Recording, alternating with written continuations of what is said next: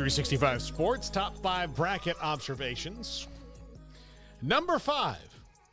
They did not change much from 3 weeks ago. They put that bracket out. They kind of kept everybody where they were. It didn't, especially at the top. For those top seeds, it didn't much matter what happened the last couple weeks. Now, granted, there was some flux in there and different things happened, but, I mean, they kind of knew where this was headed when they put that one out.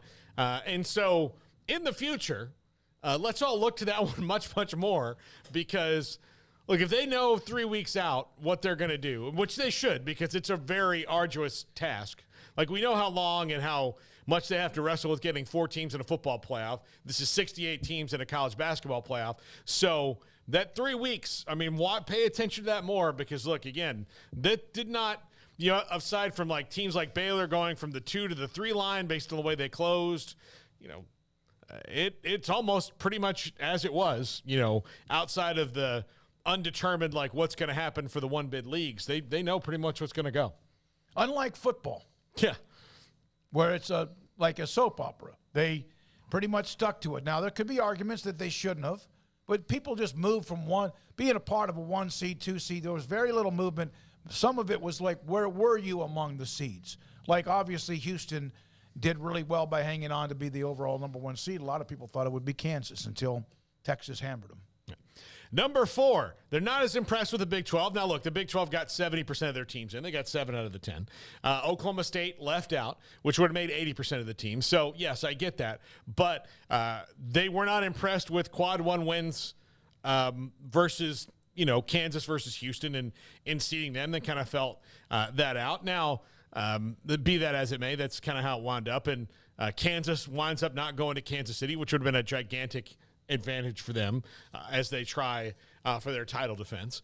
So that happened. I guess you can't really complain about a lot of it because, you've got three seeds or, whatever it is, You talking about the Big 12? Yeah. So 1-1, 2 2s, and 1-3. Yeah. So, 1-1, 2 2s, and 1-3. So they're impressed, but maybe not as much as like the Big 12 would want it to be, particularly Kansas, or Baylor was probably hoping to, that their late season couple losses to Iowa State wouldn't matter as much as they did, but they did. And, here they are on the 3 line playing a team that a very confident 14 rolling through, especially from what we heard from Max just now. Yeah, I guess they didn't get that Big 12 propaganda in the committee room. They missed out on that. It was all focused on football. Yeah. Yeah. Where was all the Dennis Dodd articles there? Yeah. Number 3, how you closed mattered.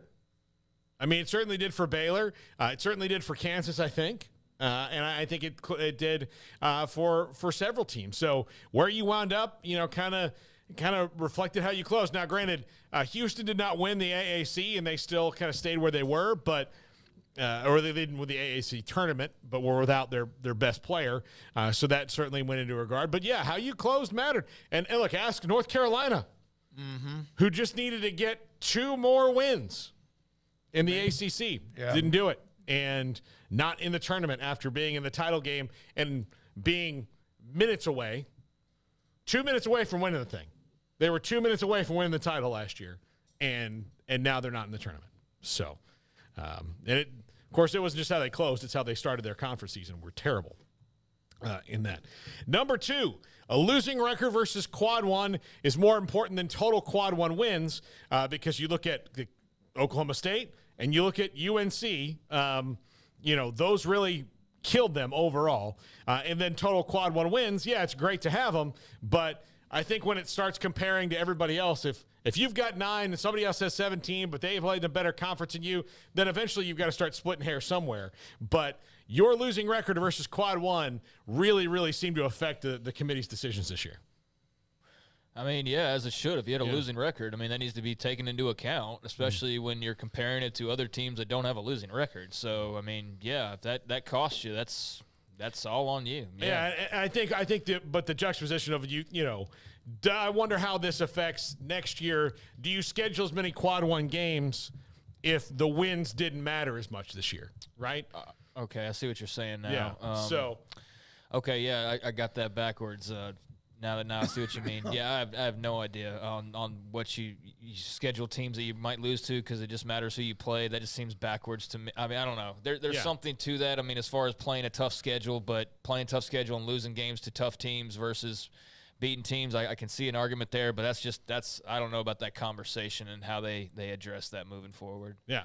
And number one, at least to me, there are not any runaway favorites in this thing. I think that Alabama's probably going to be the scariest team, and they probably have, based on the net, they have the easiest path. But you look around the brackets, and there's just landmines for everybody at the top. So I think we're seeing a time where, just 2 years ago, you saw it was Baylor and Gonzaga headed down the tracks at each other. Yep. And then just a year later after that, and now the second year, it is totally wide open. And a lot of that has to do with the transfer portal being as wide open and more so than it was before, and the fact that nobody's waiting a year and all that. It's certainly changed things, but this thing is as wide open as you can possibly imagine. Yeah, the Baylor Gonzaga, there were a couple of roadblocks, but they were headed towards what was a collision course, and especially after they didn't play that game in December, which might have been the best thing for Baylor because they couldn't unleash then because they might have, and heck, Gonzaga could have won that game when they were going to play in a tournament. All right,